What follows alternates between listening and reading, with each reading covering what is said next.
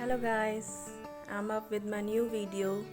Please do like it, share it and subscribe it if you gain any kind of knowledge with it, right?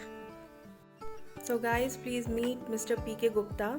He is branch manager and SSO retired from ESIC, and let's proceed further with him. He's expert on ESIC and he'll give many good advices on this, and you can just like, share and subscribe to my channel for more of the benefits you will get out of it.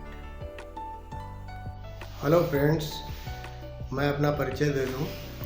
मैं ESIC से SSO पद पर retire हुआ हूं और मैं आप लोगों के लिए, जिसमें नए नियोक्ता, बीमित व्यक्ति, हमारा नया भर्ती का स्टाफ और हमारे जो एस्पिरेंट हैं UPSC के, उनके लिए ज़्यादा ज्ञानवर्धक इसमें जानकारियाँ आपको मिलेंगी। और अब मैं शुरू करता हूँ।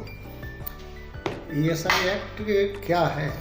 ये सोशल सिक्योरिटी स्कीम है जो अपने इंडिया में, यानी कि भारतवर्ष में ESI act 1948, EPF act, GPF और PFR कोल एंड माइंस, ये सोशल सिक्योरिटी में 4 एक्ट आते हैं। बाकी लेबर लॉज हैं और ये सभी मैंडेटरी हैं। इनका पालन करना सभी नियोक्ताओं को अनिवार्य होता है। इसमें सबसे पहले नियोजक को या एम्प्लॉयर को ESI में अपने आप को रजिस्टर्ड करना होता है, जिससे उसको एक कोड नंबर मिलता है। उस कोड नंबर के तहत वो अपने यहाँ कार्यरत सभी एम्प्लॉइज़ को रजिस्टर्ड करता है और उस रजिस्ट्रेशन के बाद में इंश्योरेंस नंबर उसको मिल जाता है। इंश्योरेंस नंबर से वो बीमित व्यक्ति कहलाता है, इंश्योर्ड पर्सन कहलाता है। इंश्योर्ड पर्सन होने के बाद में उसको ESI की फैसिलिटीज़ मिलने लगती हैं। इसमें उसको नॉमिनल एक शेयर देना होता है। एम्प्लॉय को अपनी टोटल ग्रॉस सैलरी का 0.75% शेयर देना होता है और एम्प्लॉयर जो है, जितने भी एम्प्लॉइज़ हैं, उनके शेयर टोटल सैलरी का 3.25% शेयर देना होता है, जो कि हर मंथ उसको चालान से ऑनलाइन जमा करना होता है।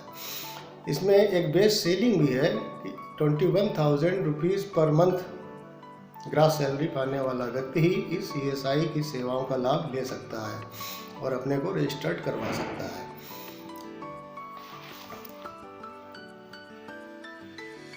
इसमें जो 21,000 की सीमा है, इसमें आपका बेसिक पे, DA, HRA, TA, कन्वेंस, कोई भी ऐसा कन्वेंस जो 2 महीने के ऊपर हर महीने दिया जाता है, तो वो उसमें शामिल होगा।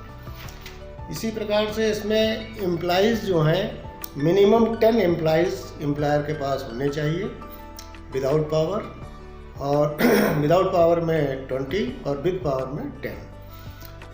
10 एम्प्लॉय से यदि कम है और वो एम्प्लॉयर अगर चाहता है कि हमारे यहाँ का ये भी एम्प्लॉय ESI एक्ट के अंतर्गत गवर्न हो या उनकी सुविधाओं का लाभ उठा सकें, तो वो वॉलंटरी है। वो चाहे तो एम्प्लॉयर उसको अपने आप को रजिस्टर्ड करा के कोड नंबर प्राप्त करके उसको इंश्योरेंस नंबर अलॉट करवा सकता है।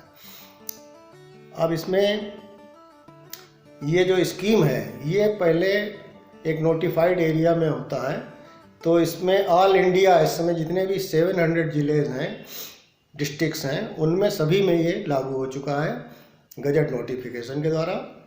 और इसमें कोई अब म्युनिसिपल लिमिट वर्ड पहले हुआ करता था, वो नहीं है। अब यदि आपका होटल, इंडस्ट्री, स्कूल या शॉप एक्ट के अंतर्गत या मॉल, ये सभी कवर्ड हैं और मैंडेटरी हैं। उसमें एम्प्लॉयर की रिस्पॉन्सिबिलिटी है कि वो अपने को रजिस्टर्ड कराए ESI के अंतर्गत और उसका बेनिफिट अपने स्टाफ को दिलवाए। बेनिफिट्स में जब हम बात करते हैं तो उसमें 2 चीज़ें होती हैं। एक तो इसमें एम्प्लॉयर को बेनिफिट भी मिलता है और एक इसमें जो उसके इंश्योर्ड पर्सन है, जो वर्कर है, उनको भी बेनिफिट्स मिलते हैं। एम्प्लॉयर को क्या बेनिफिट मिलता है कि सबसे पहले उसको मैटरनिटी एक्ट से एग्जम्पशन मिल जाता है। दूसरा, ये वर्कमैन कंपनसेशन एक्ट से उसको एग्जम्पशन मिल जाता है। और तीसरा, जो एम्प्लॉइज शेयर वो 3.25% of the total gross salary का जमा करता है पर मंथ, वो इनकम टैक्स में 100% एग्जेम्प्ट होता है। तो ये 3 चीज़ें उसको एम्प्लॉयर को बेनिफिट के रूप में मिलती हैं। किसी भी घटना दुर्घटना के घटने पर जहाँ पर ESI लागू है तो वहाँ पर आपका ESI ही रिस्पॉन्सिबल होता है, वो पेमेंट करता है, उसको सारी medical treatment A to Z प्रदान करता है।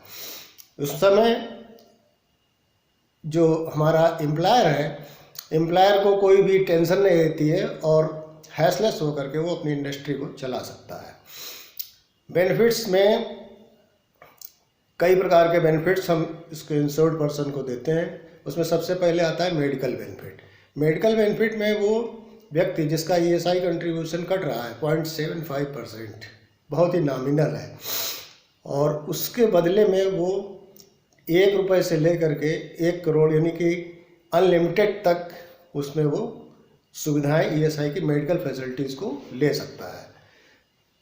और दूसरा होता है कैश बेनिफिट। कैश बेनिफिट में हमारे ब्रांच ऑफिस हर डिस्ट्रिक्ट लेवल पे खुले हुए हैं, उसमें सुविधाएं मिलती हैं, जिसमें एक तो हम देते हैं उसको सिकनेस बेनिफिट, दूसरा एक्सटेंडेड सिकनेस बेनिफिट, तीसरा टेम्परेरी डिसेबलमेंट बेनिफिट, चौथा परमानेंट डिसेबलमेंट बेनिफिट, पांचवा डिपेंडेंट बेनिफिट, और एक होता है फ्यूनरल एक्सपेंडिचर जो 15,000 उसको दिया जाता है। मरणोपरांत उसके जो दावेदार हैं उसके पेरेंट्स हो सकते हैं, उसके भाई हो सकते हैं, उसकी मदर हो सकती है या उसकी वाइफ हो सकती है, या जो भी क्लेम करता है उसको 15,000 फ्यूनरल एक्सपेंडिचर उसको दिया जाता है।